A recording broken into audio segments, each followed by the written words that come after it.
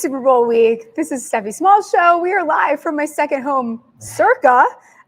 Joined with me is betting analyst and celebrity bikini judge. Oh, no. We'll get to that. Oh, Jared Smith, how's it going? Well, it was going great until you said that. Now I have a feeling we're gonna have some fun with that, which we should. That's pretty much why I put it out there, because it was really fun. How does someone become a bikini contest judge? I know the right people. You know the right people. I know the right people. Know the people building this room. This room that we're in, which I wish everyone could see. It's quite something.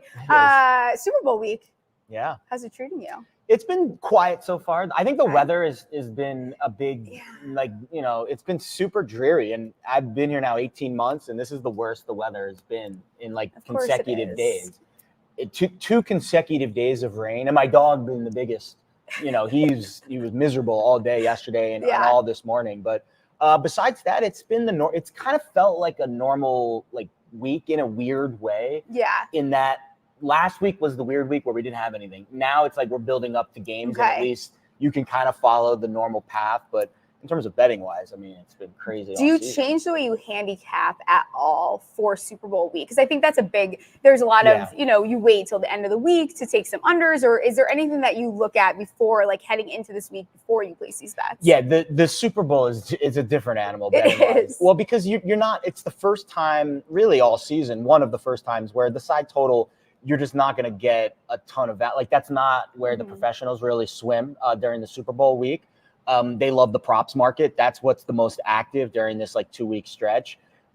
For example, I talked to one professional I work with. He says that if this was a normal week, this game wouldn't even be bet. If it was a week 10 and there was one of 16 games, the side and the total wouldn't even be consideration. But obviously it's a Super Bowl, so there's going to be plenty of people getting involved. And the props are fun. That's where I really enjoy this. I'll probably make an average wager on the side, maybe a smaller wager on the total, but the props is where I'll have the majority of my money.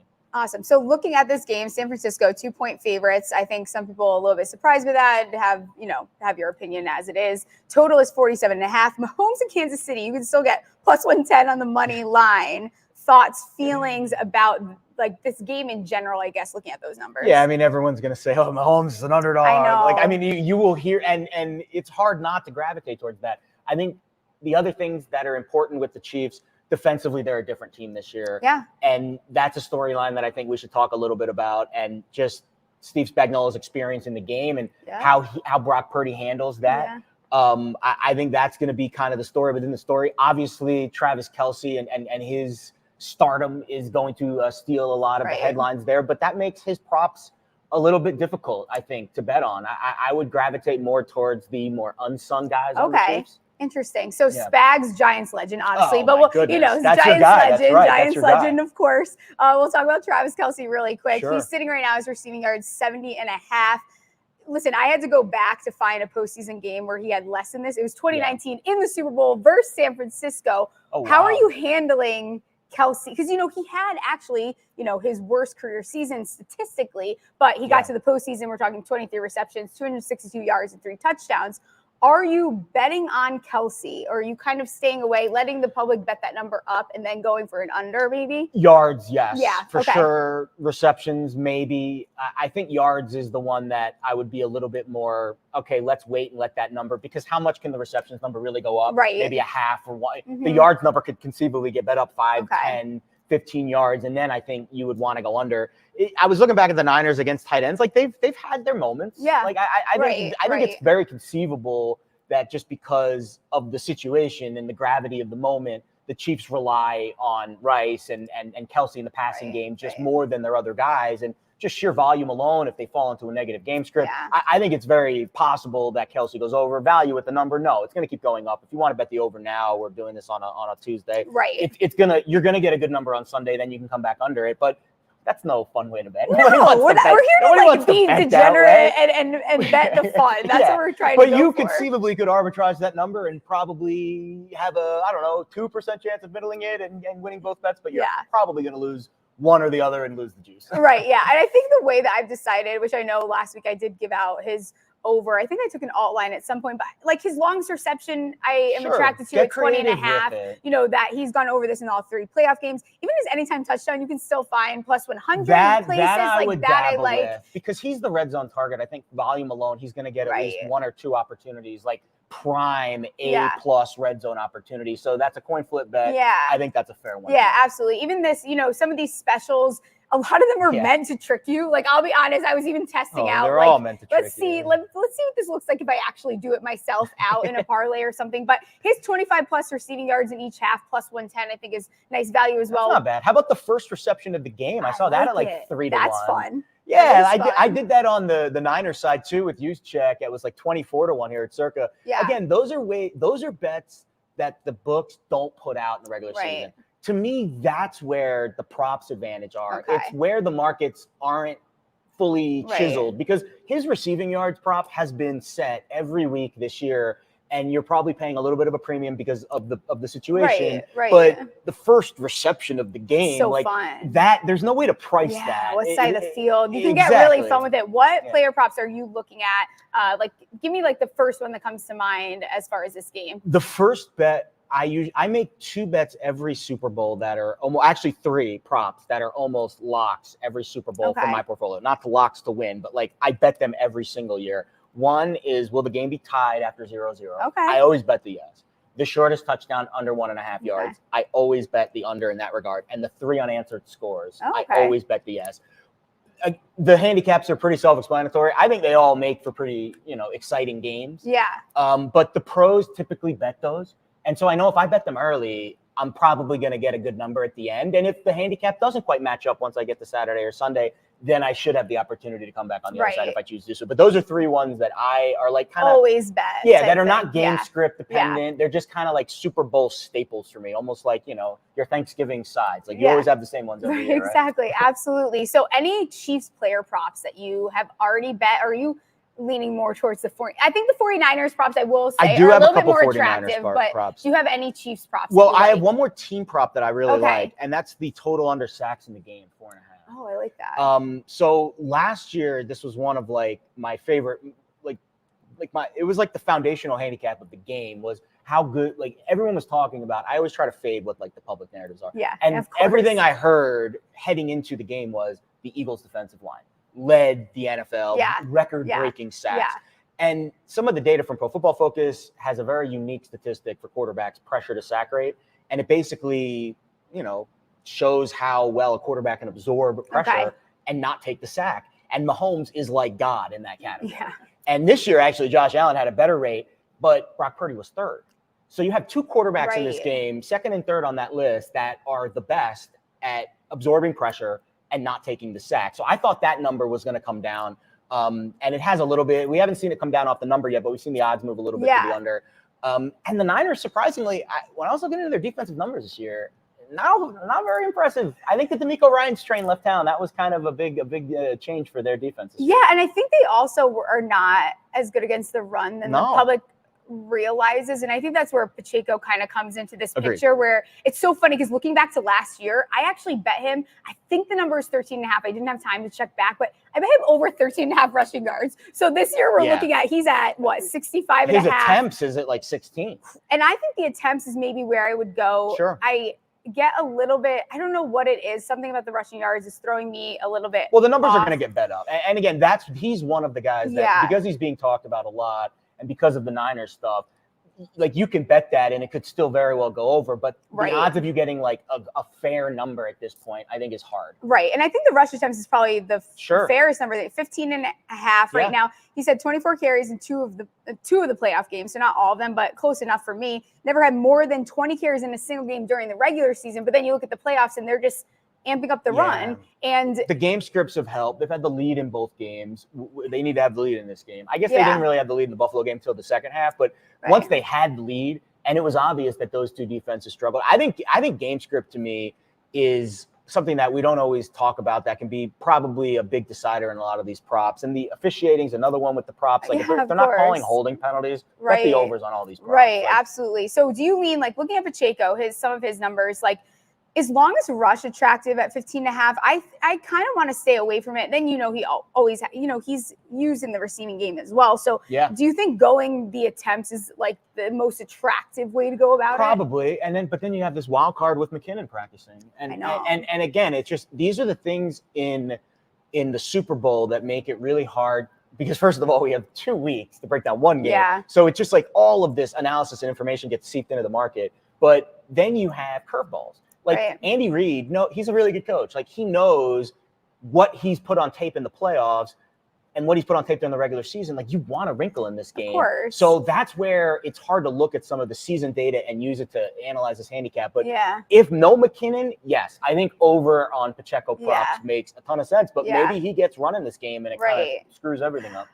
This is just a weird, I don't know, everyone's going to hate this one, but CEH to go over 5.5 rushing yards. I like it. He's been kind of going over it. It's not bad. Minus 125, not great. But I like the guys that you don't see a lot of during the season because then that's how we all get pissed off. In the running game, yes. In the passing game, I don't know who they trust outside of Rice and Kelce. But I think in the running game, if Edwards-Helaire and McKinnon can give them anything, I think they will try to get something out of it. Yeah, the only other guy as far as the passing game that I like is Justin Watson to go over that longest reception, 12.5. I said that. If you watch the show, that's what I call him all the time. He is, and his involvement is kind of volatile, but when he's involved, and he hasn't been involved the last couple weeks. He's going over that. He's averaging 17 yards a catch. So that's why I like him here in this longest reception market because it's, you see what he does in the regular season. And I could see him having one big play. There's always one. I don't like the receptions. Like going over the 1.5 is a little bit, a little hairy. And we got to talk interception props,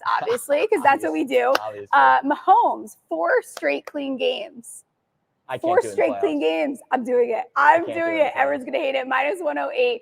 Wow, you're not even getting plus money for it? No. I'll be honest, that kind of makes it a little more like, what do they know? Right. Because he is and the stat that I saw, 0 turnover-worthy plays in the playoffs, and his negatively graded dropback rate is like lower than it was in the regular season.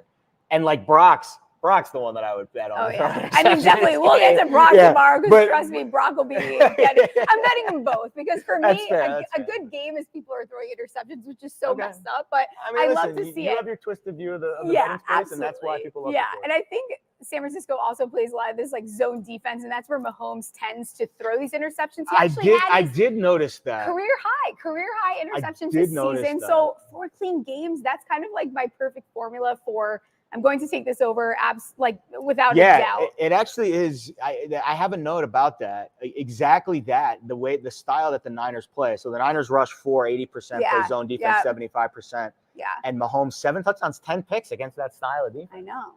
And I know. That's kind of the Tell Bucs. me, I'm flirting. I'm being seduced by this. Like, there's no way I can't. I bet you can find I bet by the time we get to Sunday, you think so? There'll be at least an even odds interception prop on him. All right, I'll wait. I won't get too greedy because I don't see that. I don't see a lot of people betting the yes on that one. No, because they're going to be like Mahomes is great. Everything Mahomes related is going to go to the positive.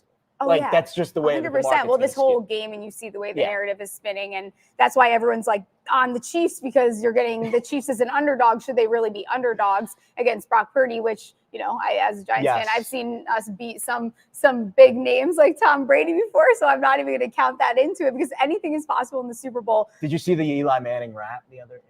Oh, I've watched it probably 1,700 times. It was arguably he's unbelievable. peak Eli. He's so funny. He really is. I'm glad that he's fully entered into the media space. Yeah. They need to have him and Peyton need to do Manning cast. Like that needs to never be stop. Like it never stop. Please, we need you all the time. Yeah. They should do like a red zone of Manning cast. Oh, I'm very down for that. Any Eli I can get, obviously, given the shirt. Last prop I'll ask you about, or line I'll ask you about, Mahomes rushing, I think, is going to be really popular, but for good reason. He's increased his scramble rate from 6.8% to 8% from last season to this. 41 yards versus Miami. I mean, you look at these, any number you name, there's no reason to not take this over 24.5. I know a lot of places have it at 25, 26. Are you in or out on that? Always quarterback rushing prop. Same thing with Brock. That one's gotten bet up significantly, but still one because of how low the numbers are. And also everyone's been saying Mahomes has a dad bod, so he's gonna want to. I know. He's gonna want to show. We're pro dad bod, even though it's it's very pro dad bod on this show. Even though we're betting his interception, that's actually part of it. Like even though I think that's exactly. It's so part of them. That, and you know what the funny thing is, to me, that's the only path to him not winning MVP. Okay. Is if there is an interception or two. Remember when Stafford didn't win the MVP in the Rams Super Bowl is because he threw those picks. So I don't think there's a high likelihood of the Chiefs winning and him not getting it. Probably like 1 in 10 maybe. Right. But that's the path, is like an interception, fumble, and dad bod something, and then Kelce wins the MVP. Right, absolutely. Do you think on the 49ers side, before I get into some of these, we are going to talk some of these, like we're going to do rapid fire smash or pass with these Swifties props that are out. But who on the 49ers side, because I don't know if I'm convinced that Brock would get it. Is there someone outside of Brock that you'd be interested in? Christian McCaffrey. Yeah, okay. I think you can make the case, you can make a very fair argument that the quarterback in the game with the team that's favored should be favored in the MVP market. Right. And if you make that argument, you can bet Brock, and I don't have you can make that case and you can feel like you're getting value. But Christian McCaffrey's been the MVP of that team and arguably the league, right? I think Lamar is going to win it, but you can put CMC in that conversation. Yeah. I think because the MVP is voted on by the voters, probably the same people that are voting Lamar as MVP probably are kind of going to balance it there. And if the Niners win, I think Christian, he might be the guy. I like that. All right. So yes, Taylor Swift, if you don't know, Taylor Swift and Travis Kelce are dating. I love her, by the way. I'm a big fan of her music. Yeah. I say that for the record on the show. I was at war with the Swifties at one point. But did they not like you for something? I tweeted that maybe Taylor Swift was pregnant, but it was a joke. Like, this is my humor, but they came for me a little bit. They don't realize know me, but they also don't know I've been going to her concert since I was 15 years old. Okay, so she's part of me growing up. But there are some Swiftie props. So we're going to do smash or pass. We'll rapid fire through them. Smash or pass. You belong with Kelce or Rashid to score in the first half plus 120. Oh, bet. Smash. Love 100%. It. Okay. Those are the guys for the Chiefs. Absolutely. I mean, you've seen the way it's evolved into them just getting the most attention on this team. The target share, especially against the zone, too. Ridiculous. Yeah, absolutely. How you get the girl, touchdown in each half, I'm assuming Kelce, 10-1. Ooh, in each half? Yeah. Oh, man. I don't know. I got to pass. All right. A little too much. That's a little too much. I would need like 20-1 on that. A little too much. Okay. Mine, Kelce, 87 plus receiving yards, plus 190. Yeah, I like that. Yeah. You can also take the alt 90.5. As long as it's fair. Yeah, like I think that's a fair. I think alts in any Super Bowl prop is, you might not be getting the best price, but I like the handicap. Okay. This one I kind of like. I'm going to be honest. I'm smashing this one. Today was a fairy tale. Kelce touchdown and Chiefs to win plus 240. Oh, yeah. They go hand in hand. It's beautiful. I feel the same about Christian McCaffrey Niners to when you get that plus 140. Same thing. Absolutely. Very, very correlated. And I parlayed it as plus 238. So you're getting a little something else extra. I like that. Another one that I would smash. We'll see how you feel. 15. Mahomes 15 plus rushing yards and 215 passing minus 140. Yeah. It's kind of good numbers, right? It is, but also when they put those specials and odds on, they know you're not going to bet it because it's probably the fairest price you'll get on one of the special plays. Absolutely. Final score prediction before I let you get out of here. I've been giving this one out. I gave it out to everyone. 29-27 Chiefs. 29-27. I like it. Let people know where they can find the rest of your work. I promise I'd get you out of here. Look at that. 229. I'm a chatty Cathy, and I'm getting you right now. Pro. Yeah. She's a pro. You should absolutely follow, subscribe to the show. Follow me on Twitter at Jared Lee Smith or X. I don't know, whatever they're calling it these days. I work for VSiN and Fox Sports Radio and Valley Sports Live on the Line. If you follow me on social media, I'll point you in the right direction. Love it. All right. Thanks so much for coming on. I'll have to catch up with you later, and we'll see you. Yeah, good stuff. Right, good stuff. And then I'll let producer Ryan come do some questions with me. Sure. Yeah. I don't know. Producer Ryan is hanging on by a thread, maybe a little bit from us going out last night. Yes. A little bit too hard. I did go a little hard last night. You did. All right. Yes. This question from I feel like I'm being Justin Ruiz. Okay, let's go. Looking to pair something with a CMC anytime TD to get close to even money. What do you like to pair with a CMC anytime TD? if you pair it with Travis Kelce, it might get you there. I can't confirm. I could pull it up right now. I also still like Pacheco. I think there's something there. As much as I don't know if I love his rushing yards anymore, but I think an anytime touchdown is a good bet. All right. This from Armand. BetMGM just boosted Rashee Rice to score a touchdown to plus 160. Do you like that?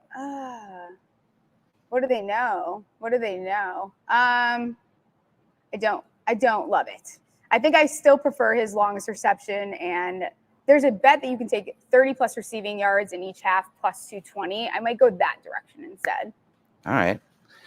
Armand, this is also from Armand. He's predicting that Noah Gray will be the Chiefs TD vulture. How do you feel about that? Ooh, I love that. We love a good random.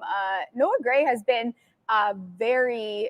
he gets involved. He gets like one catch. He always goes over. I didn't include it in my props for today, but whatever his receiving yards, I like him to go over. I do like the idea of a TD vulture. Let's do it. I like it. I'm in. All right. Those are all our questions. Do you have anything else, or should we wrap this up? I think we can wrap it up, and then we'll see you guys tomorrow. Same time, same place at Circa Second Home. Appreciate them having us here. If you are in Vegas and you want to come get some adult beverages with me and producer Ryan, we will be at the Overhang Bar from 7 to 9 p.m. Shot specials, drink specials. We can play some bets together, and yeah, let's get out of here. See you guys. All right, sounds good. Talk to you next tomorrow. I said next. See, the hangover. Watch him make it, break it, break it, break it.